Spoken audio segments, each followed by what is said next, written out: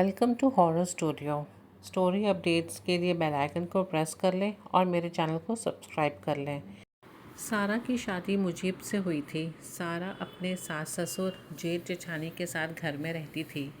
मुजीब एक school teacher था जो कि स्कूल में बच्चों को पढ़ाता था। उसकी नौकरी काफ़ी अच्छी चल रही थी। सारा भी काफ़ी खुश थी। उसकी शादी को 6 महीने हो गए थे।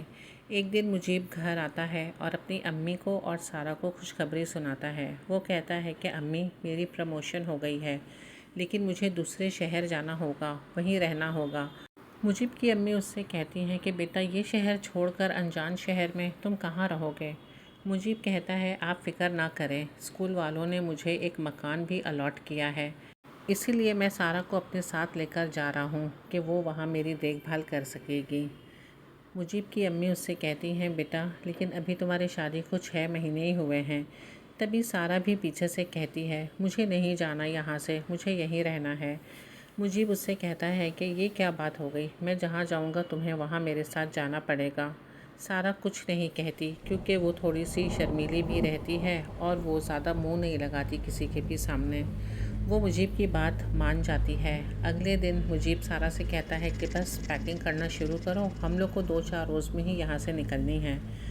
पैकिंग तो सारा शुरू कर देती है, लेकिन अंदर से वो खुश नहीं रहती, उसका मन नहीं होता। वो बार बार अपनी सास को भी यही बात कहती, अम्मी आप समझाएं ना इन्हें, मुझे यहाँ से नहीं जाना, पता नहीं क्यों मेरा दिल नहीं कर रहा। बेटा, लेकिन जाना तो पड़ेगा, शौहर जहाँ रहता है उसकी बीवी उसके साथ वहाँ रहती है। ठीक है अम्मी, अब आप जैसा कहें। 2-4 रोज़ के बाद सारा और मुजीब दूसरे शहर चले जाते हैं। वहाँ जो मकान उन्हें कंपनी वालों ने अलॉट किया रहता है, वो उस मकान को देखते हैं। सारा जैसे ही मकान के अंदर जाती है, सारा को कुछ अजीब सा लगता है। सारा कहती है, मुझे यहाँ पता नहीं क्यों अजीब सा लग रहा है। मुजीब उससे कहता है, मकान तो काफ़ी अच्छा और बड़ा है, लेकिन अफसोस यही है कि हम यहाँ अकेले होंगे। क्यों, तुम्हें डर लग रहा है क्या? सारा कहती है, डर किस बात की, बस एक अजीब सी चीज़ महसूस हुई, मुझे कुछ वाइब्स अच्छी नहीं लगी यहाँ की। मुजीब हंसते हुए अंदर कमरे में चला जाता है और कहता है कि घर की तो साफ़ सफाई करवा दी है कंपनी वालों ने, ज़्यादा काम करने की ज़रूरत नहीं है, बस 2-4 रोज़ तो मुझे दो, मैं तुम्हारे लिए कोई मेड का इंतज़ाम कर दूँगा। ठीक है, फ़िलहाल क्या करना है बताइए। आज तो खाना बनाना नहीं होगा, मैं एक काम करता हूँ, मैं बाहर से खाना लेकर आता हूँ, जब तक तुम बाकी चीज़ों को सेट कर लो। मुजीब खाना लेने बाहर चला जाता है। सारा घर में अकेली होती है। पहले तो सारा सारे कमरे में जाती है मुआयना करने के लिए कि सारे घर कैसे हैं। उसे घर भी ठीक ठाक ही लगता है। फिर वो किचन में जाती है। सारा सोचती है कि पहले पानी पी लूँ, बहुत प्यास लगी है।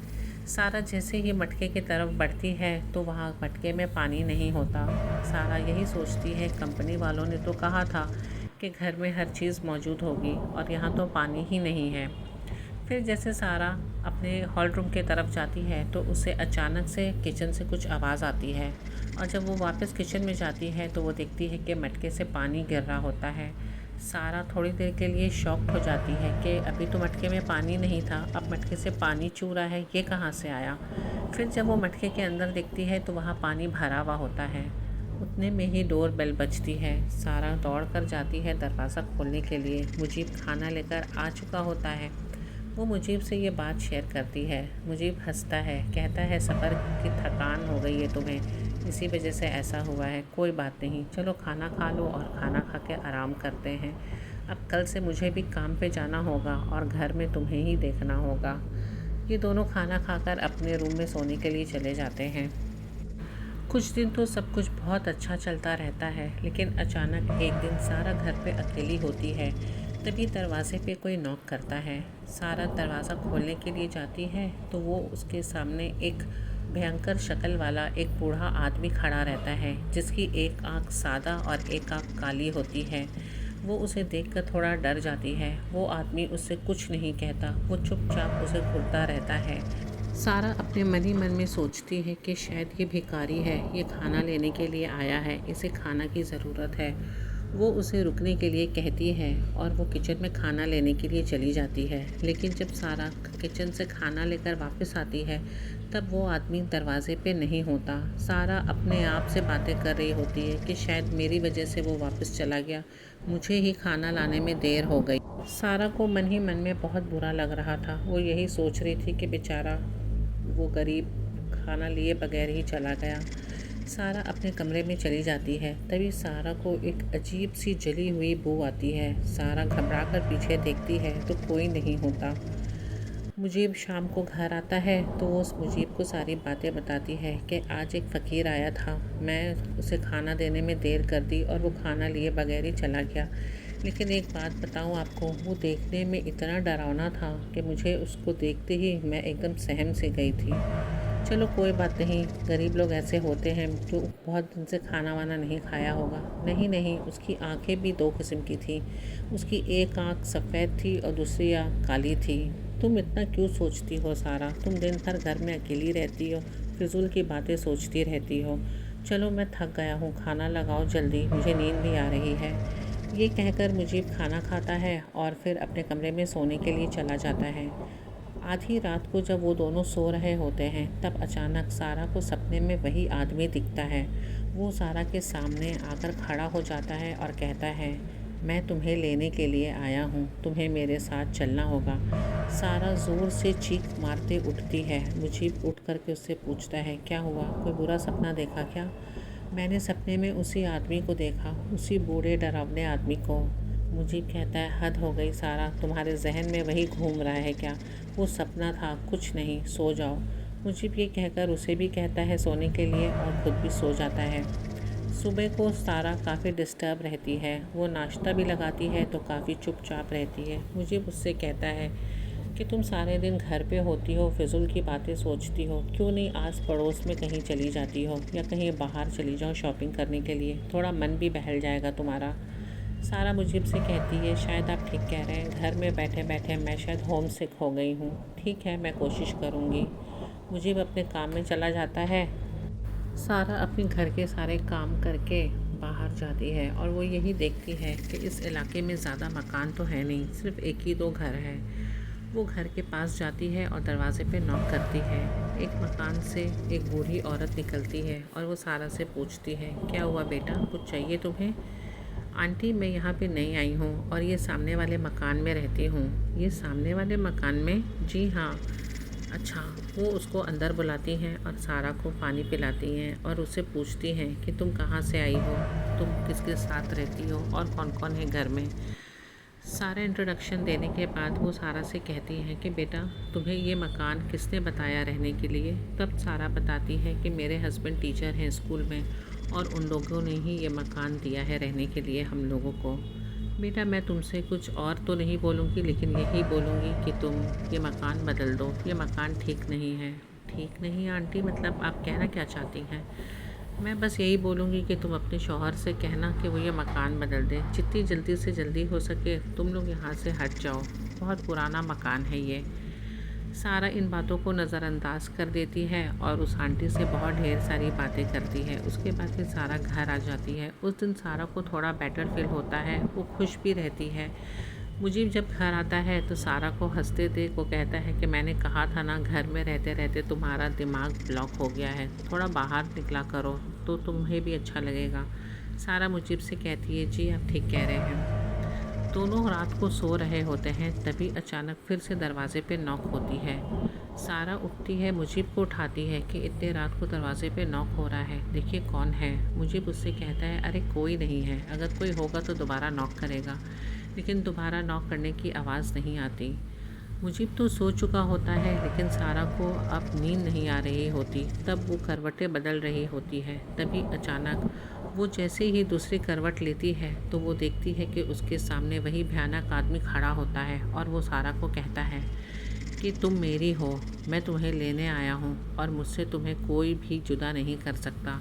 सारा दो ज़ोर से चीखती है। मुजीब की आंख खुल जाती है और वो सारा से पूछता है कि क्या हुआ। सारा उसे कहती है, मैं आपसे कह रही हूँ कि मैं झूठ नहीं बोल रही हूँ, वो आदमी अभी मेरे सामने यहीं खड़ा था। फिर तुमने कोई सपना देखा होगा। अरे मैं सपना नहीं देख रही, मैं सोई नहीं हूँ तो मैं सपना कहाँ से देखूँगी। मुजीब सारा को डांटते हुए बोलता है, अब तुम बहुत ज़्यादा कर रही हो सारा, तुमने अपने सर पे सवार कर लिया है उस आदमी का वहम। बस अब सो जाओ, मुझे भी सुबह काम पे जाना है। सारा को अब नींद कहाँ आने वाली थी, उसे तो बस वही खौफ सता रहा था। अगले दिन मुजीब अपने काम पे चला जाता है। सारा घर पे अकेली बैठी हुई रहती है। सारा कमरे में बैठकर टीवी देख रही होती है। अचानक उसे किचन में कुछ गिरने की आवाज़ आती है। सारा जब किचन में उठकर जाती है तो वो आदमी वहीं किचन में खड़ा होता है और सारा को कहता है, तुम मेरी हो और तुम्हें मुझसे कोई भी दूर नहीं कर सकता। सारा किचन से निकलकर भागती है हॉल की तरफ। तभी उसका पैर सीढ़ी में फंसता है और वो गिर जाती है। शाम को जब मुजीब घर आता है, वो बेल पे बेल मारता है लेकिन दरवाज़ा कोई नहीं खोलता। वो अपने मास्टर की के मदद से दरवाज़ा खोलकर अंदर आता है। जब मुजीब अंदर आकर सारा को आवाज़ लगाता है तो सारा कहीं भी नहीं होती। थोड़ा आगे जाने के बाद मुजीब देखता है कि सारा किचन से आगे सीढ़ियों के पास गिरी हुई बेहोश पड़ी हुई उसको मिलती है। वो सारा को उठाता है, उसके चेहरे पे पानी के छींटे डालते हुए उसे उठाकर पूछता है कि क्या हुआ, शायद तुम्हें चक्कर आ गई होगी। नहीं, मैं आपसे कह रही हूँ कुछ तो गड़बड़ है इस घर में। क्या बकवास कर रही हो, हम इतने दिन से यहाँ पर हैं, ऐसा तो कुछ नहीं है। तुमने जब से उस फ़कीर को देखा है तुमने अपने जहन में उसको घुसा लिया है, ऐसा कुछ नहीं है। आप मेरी बातों का यकीन करें, वो कल रात को भी हमारे रूम में था और अभी वो किचन में भी था। ऐसा कुछ नहीं है सारा, मैं तुम्हें कह रहा हूँ ये सब बंद करो। मुजीब को सारा पे गुस्सा आता है और वो यही सोचता है कि अब ये मुझे तंग कर रही है, शायद उसे यहाँ रहना नहीं है, ये सब वो बहाना कर रही है यहाँ से जाने के लिए। अब मुजीब भी सारा की बातों को नज़रअंदाज करना शुरू कर दिया था। सारा अब चुप रहने लगी थी और उस घर में वो ऐसे रहती थी मानो जैसे कि वो किसी खौफ के साथ रह रही है कि किसी भी वक्त वो आदमी उसके सामने आ जाए। एक दिन की बात है जब मुजीब अपने काम पे चला जाता है और सारा को अजीब थकावट सी महसूस होती है। तब सारा अपने कमरे में लेटने के लिए जाती है। तभी सारा की आंख लग जाती है और थोड़ी देर के बाद सारा के अगल बगल ज़ोर ज़ोर से ढोल बजने की आवाज़ आती है। इतनी तेज़ आवाज़ के सारा की आंख खुल जाती है। तभी वो भयानक आदमी वहाँ खड़ा रहता है और वो सारा से कहता है कि सारा, तुम मेरी हो, मेरी शादी तुमसे हो चुकी है, अब तुम मेरी बीवी हो, अब मैं तुम्हें अपने साथ लेकर के जाऊंगा। वो सारा का हाथ ज़ोर से पकड़ लेता है। सारा अपने आप को छुड़ाना की कोशिश करती है लेकिन वो नहीं छुड़ा पाती। वो रोती है, चिल्लाती है, चिल्लाती है। तभी दरवाज़े पर बेल बजती है। सारा दौड़ करके भागती है दरवाज़ा खोलने के लिए। सामने मुजीब खड़ा होता है। मुजीब सारा की हालत देखकर घबरा जाता है और उससे पूछता है कि ये क्या हुआ है तुम्हारे साथ, क्या हुआ है, कुछ प्रॉब्लम हुई है क्या तुम्हें? मैं आपसे कह रही हूँ कि वो आदमी हमारे घर में मौजूद है। अभी उसने मुझसे कहा है कि वो मुझसे शादी कर चुका है और वो मुझे अपने साथ लेकर जाएगा। तुम क्या बकवास कर रही हो सारा, ऐसा कुछ नहीं है, तुम्हें वहम हुआ है। तुम अकेले रह रह करके अपने दिमाग में इस बात का घर बना ली हो। सारा रो रो करके चिक चिक करके मुजीब से कहती है, मेरी बात का यकीन करें, मेरी बात का यकीन करें। मुजीब लेकिन सारा की बात यकीन करना ही नहीं चाहता। वो सारा को झटकार कर अंदर चला जाता है और यही बोलता है कि मेरी ज़िंदगी अजाब कर रखी है इसने। जब तुम्हें यहाँ रहने ही नहीं था तो तुम्हें आना ही नहीं चाहिए था। मैंने बहुत बड़ी गलती की तुम्हें यहाँ ला करके। सारा मुजीब के पास जाती है और उससे कहती है, आप मेरे बातों का यकीन करें और अगर आपको मेरे बातों पे यकीन नहीं आ रहा है तो आप सारे घरों में सीसीटीवी कैमरा लगवा दें। मुजीब सारा से कहता है, अब मुझे यही करना होगा, मैं कल परसों में ही सीसीटीवी कैमरा लगवा दूंगा। सारा मुजीब से कहती है, कल परसों में नहीं, आप कल ही मुझे सीसीटीवी कैमरा लगा करके दें और आप देखें कि मेरे साथ हो क्या रहा है। मैं झूठ नहीं बोल रही, मैं बीमार नहीं हूँ। अगले दिन मुजीब अपने काम पे नहीं जाता और सारे दिन ऑफिस के एक आदमी को बुला करके वो सारे घरों में सीसीटीवी कैमरा लगवाता है। अगले दिन मुजीब अपने काम पे चला जाता है। सारा घर में अकेली होती है। वो अपने हॉल रूम में बैठी भी होती है। तभी उसके पीछे कोई उसके कंधे पे हाथ रखता है। सारा घबरा कर सोफे से उठ जाती है और देखती है कि वही भयानक आदमी उसके सामने खड़ा होता है। वो उससे कहता है कि तुम मुझसे डर क्यों रही हो, मैं तुम्हारा शौहर हूँ और मैं तुम्हें लेने के लिए आया हूँ। सारा उससे कहती है कि तुम कौन हो और तुम क्या चाहते हो मुझसे, तुम यहाँ से चले जाओ। मैं कोई तुम्हारी बीवी नहीं हूँ, मैं पहले से ही शादीशुदा हूँ, मेरा शौहर है। नहीं, वो तुम्हारा शौहर नहीं, मैं तुम्हारा शौहर हूँ और मैंने तुमसे शादी किया है। अब तुम मेरी हो, तुम्हें मुझसे कोई भी अलग नहीं कर सकता। वो सारा के करीब आता है। सारा डर के पीछे हटते हटते वहाँ गिर के बेहोश हो जाती है। थोड़ी देर बाद दरवाजे पर बेल बजती है, लेकिन दरवाज़ा कोई नहीं खोलता। मुजीब फिर मास्टर की मदद से घर के अंदर आता है और वो सारा को बेहोश देखता है। वो सारा के चेहरे पे पानी का छींटा मारकर उसे उठाता है और उसे पूछता है, तुम्हें हो क्या जाता है? तुम बार बार बेहोश हो जाती हो। मुजीब, वो यहीं पे था और वो मुझे लेने आया था। वो मुझे लेकर चला जाएगा, मेरा यकीन करें। मुजीब सारा को कहता है कि देखो सारा, मैं तुम्हें आखिरी बार समझा रहा हूँ, ऐसा कुछ नहीं है, तुम मेरी बातों पे यकीन करो। वो सारा को बहुत प्यार से लाड से समझाता है और उसे कमरे में ले जाता है। वो शायद यही समझ रहा होता है कि सारा अकेले रहकर उसे अकेलेपन का महसूस हो रहा है। वो सारा को प्यार से अपने गोद में उठाता है और रूम में लेकर के चला जाता है। वो जैसे ही सारा के कंधे पे हाथ रखता है, तभी मुजीब को एक झटका सा लगता है और एक भयंकर आवाज़ आती है, खबरदार जो तुमने इसे हाथ लगाया, ये मेरी है।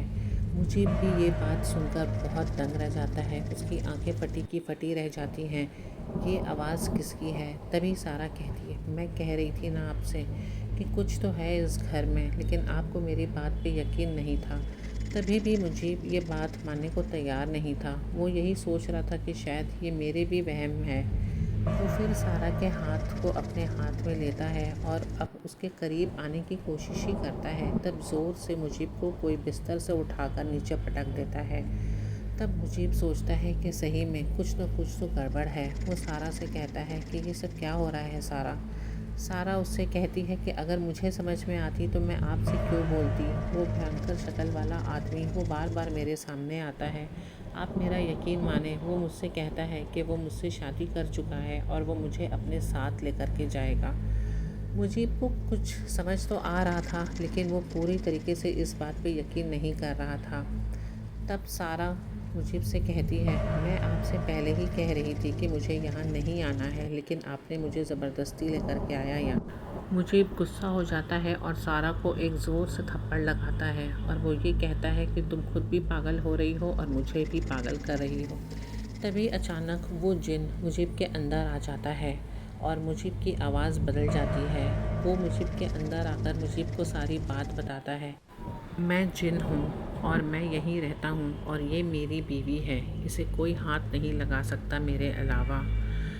अचानक से ज़ोर का झटका लगता है और मुजीब वापस से ज़मीन में गिर जाता है। सारा उसके पास रो रो कर जाती है और कहती है, आप ठीक हैं, आप ठीक हैं। मुजीब जब होश में आता है तो वो सारा से बोलता है, ये सब क्या हो रहा है, मुझे कुछ समझ में नहीं आ रहा। तब सारा मुजीब से कहती है, अगर आपको अभी भी यकीन नहीं आ रहा तो आप सीसीटीवी कैमरा चेक करें। मुजीब जो सीसीटीवी कैमरा अपने घरों में लगाया हुआ रहता है, वो अपने फ़ोन में कनेक्ट करके रखता है। वो उसे खोलता है और उसके आंखों के सामने हर चीज़ साफ साफ आ जाती है। अब मुजीब को यकीन हो चला था कि वाकई में इस घर में कुछ गड़बड़ है। अगले दिन मुजीब अपने दोस्त से इस बात का जिक्र करता है। उसके दोस्त उसे कहते हैं कि ठीक है, मैं एक मौलाना को जानता हूँ, नहीं हो तो तुम उनके पास चलो, मैं तुम्हें दिखाऊँगा। मुजीब अपने दोस्त के साथ वो मौलाना के पास जाता है और उनको सारी बात बताता है। मौलाना उसे कहते हैं कि आप जिस मकान में रहते हैं वो मकान ठीक नहीं है। उस मकान में एक बहुत पुराना जिन है जिसकी रहाइश है वहाँ पर, और वो आप लोग को तंग कर रहा है। और ये बात भी सच है कि वो आपकी बीवी से शादी कर चुका है, अब वो उसकी बीवी है और वो किसी भी हाल में उसे अपने साथ लेकर जाएगा। तब वो मौलवी साहब बताते हैं कि आप एक काम कर सकते हैं, आप किसी भी बहाने बिना बताए हुए अपनी बीवी को कल यहाँ लेकर के आ जाइए मेरे पास। मैं देखता हूँ मैं क्या कर सकता हूँ, लेकिन हाँ, इस बात का जिक्र आप अपने घर में किसी से भी ना करें, अपनी बीवी से भी ना करें। मुजीब अपने दोस्त के साथ वापस घर चला जाता है और रात को वो दोनों खौफ में बिताते हैं कि पता नहीं अगले पल क्या हो जाए। सुबह होते ही मुजीब अपनी बीवी से कहता है कि सारा, हम लोगों को दावत है इमरान के घर, हम लोगों को वहीं चलना है, चलो तैयार हो जाओ। सारा कहती है ठीक है, आज आपको काम पे नहीं जाना? नहीं, उसने लंच पर इनवाइट किया है। वो दोनों तैयार होकर घर से बाहर जाते हैं। कहानी अभी ख़त्म नहीं हुई है। आगे सारा के साथ क्या क्या होना बाकी होता है इसको आप देखें पार्ट 2 में, जो कि नेक्स्ट वीडियो होगी। थोड़ा सा इंतज़ार करें।